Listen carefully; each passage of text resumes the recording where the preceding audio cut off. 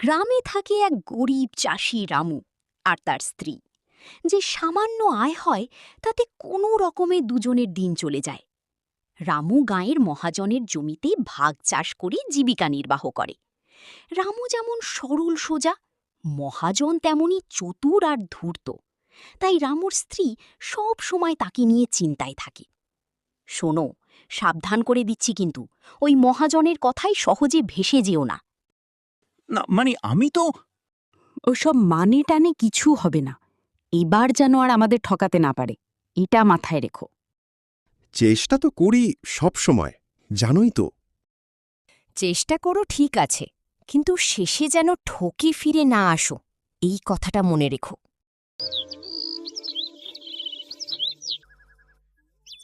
কি রে রামু, কাজ কেমন চলছে?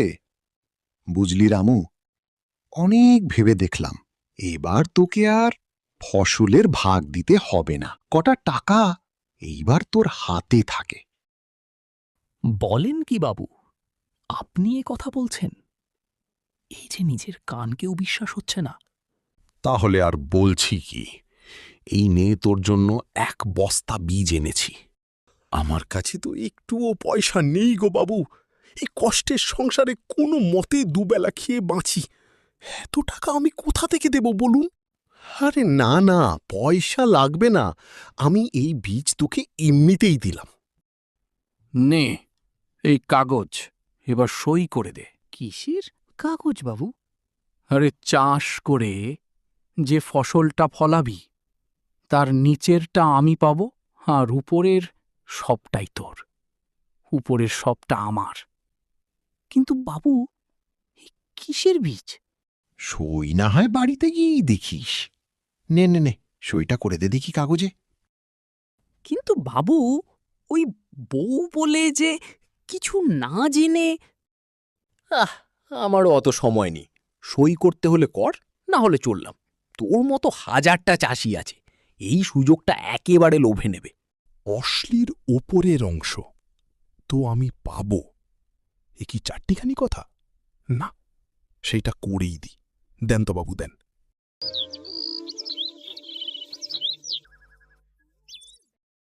বলে অত চিৎকার করার কি আছে? আজ মহাজন নিজে এসে আমায় 1 বস্তা ফসলের বীজ দিলেন। আমরা ওনাকে যতটা বাজে ভাবি, না, উনি ততটা কিন্তু খারাপ নন। এই, কি হলো? তোমার শরীর খারাপ লাগছে বুঝি? আরে সর্বনাশ গো, সর্বনাশ! ওই মহাজন এসে একটা কাগজে সই করে নিয়ে গেছে। সেখানে লেখা আছে উপরেরটা আমি পাবো আর নিচের অংশটা মহাজন। হায় হায় রে হায়! হায় হায় হায়, আমি জানতাম এমনই একটা ভুল তুমি করেই আসবে। তোমার মতো হদ্দ বোকা জীবনে আর একটাও দেখিনি আমি। আমি কি ভুল করলাম বল দেখি? উনি তো বললেন না জেনেই সইটা করে দিতে। তবে আর কি, সব হারালে। এখন শুধু আঙুল চিষে কষ্ট পাওয়া ছাড়া কিছুই রইল না।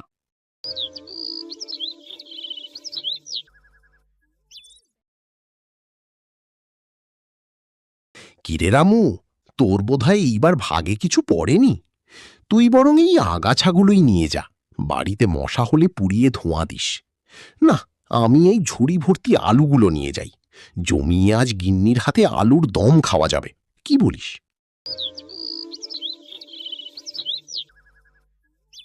খবরদার, সাবধান করে দিচ্ছি, ওই মহাজনের কথায় একদম ভুলবে না তুমি। ভালো করে মনে রেখো, না হলে কিন্তু আমি চুপ করে বসে থাকব না, সব কিছুর হিসাব নেব। এই যে বাবা মধু, বড় বিপদে পড়ে তোমার কাছে এলাম।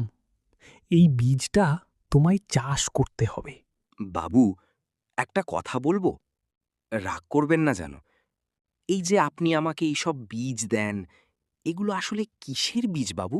স্বপ্নাদেশ পেলাম, এই বীজের চাষাবাদ করলেই তুই ধনী। ঈশ্বর আমায় আদেশ দিলেন। আপনি আমায় ঠকিয়ে দিয়েছেন বাবু। তাহলে বল, তুই কি চাস? আগেরবার উত্তরের ভাগ নিয়ে বড় ঠকে গিয়েছিলাম। এইবারে ফসলের নিচের ভাগ আমি নেব, আর উপরের ভাগ আপনি।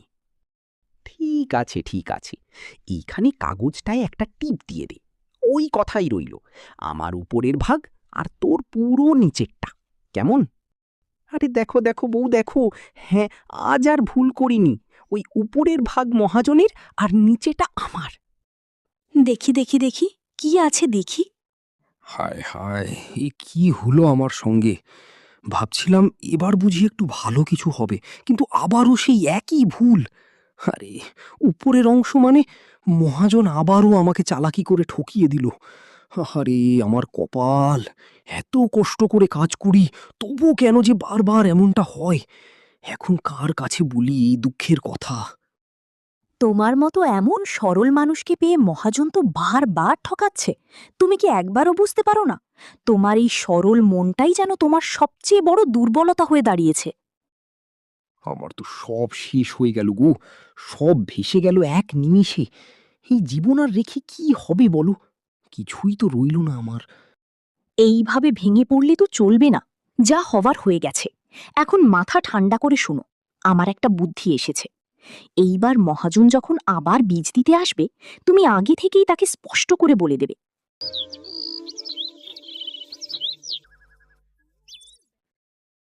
এর প্রায় কয়েক মাস পর মহাজনের জমিতে আখ ফলে। মধু যথারীতি পূর্বের চুক্তি অনুযায়ী আখের আগা ছাঁটাই করে, আর মহাজন সব আখ নিয়ে চলে যায়। এর ঠিক 2 দিন পর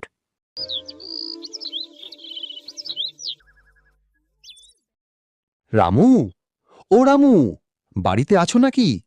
একটু এদিকে বেরিয়ে এসো তো। হ্যাঁ, বাড়িতেই আছি। কি ব্যাপার? বাড়িতেই আছিস দেখছি। আসলে এত সস্তায় একটা ফলের বীজ পেয়ে গেলাম, তাই জমিতে চাষ করাতে নিয়ে এলাম আর কি। এই নাও বীজটা। আর মনে আছে তো আগের কথা? বীজটা আমি নিতে পারি, তবে আপনার জমি তো আগেরবার খারাপ হয়ে গিয়েছিল। এবারে চাষে একটু সময় লাগবে। আর যত সময় লাগে লাগুক না। এই তো এই তো লিখে দিলাম সে কথা। তবে আমি কিন্তু এবারে ফুল নেব, আর আপনি ফল। এই চাষি তো দেখছি শুধু বোকাই নয়, আজ তো বেশ চালাক হয়ে উঠেছে। ঠিক আছে, যখন নিজে থেকেই চাইছিস, তবে তাই হোক।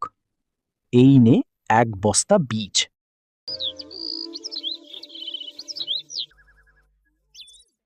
ওরে, এই কি হলো রে? এই যে তরমুজের বীজ! তরমুজের তো ফুল কাজে লাগে না, মহাজন আবার ঠকিয়ে দিল রে। তাতে কি, মহাজন যে বীজ দিয়েছে সেই বীজেই চাষ করতে হবে, এর কি কোনো মানে আছে? মানে আমি দেব চাষের বীজ আর তুমি সেটা দিয়েই চাষ করবে? বউ যে কি বলবে কে জানে।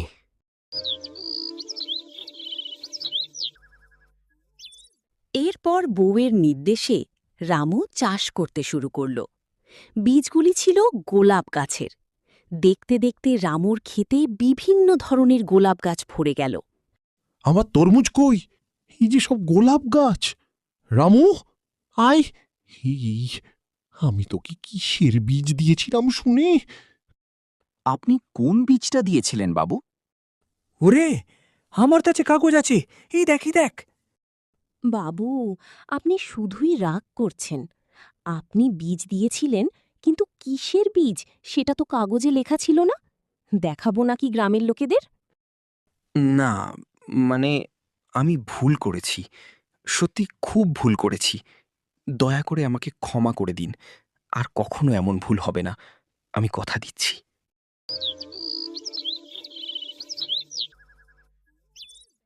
রামুর জীবনটা একসময় খুব কষ্টের ছিল, কিন্তু এখন সে নিজের পরিশ্রম আর ধৈর্যের জোরে চাষবাস করে বেশ সুখে দিন কাটাচ্ছে।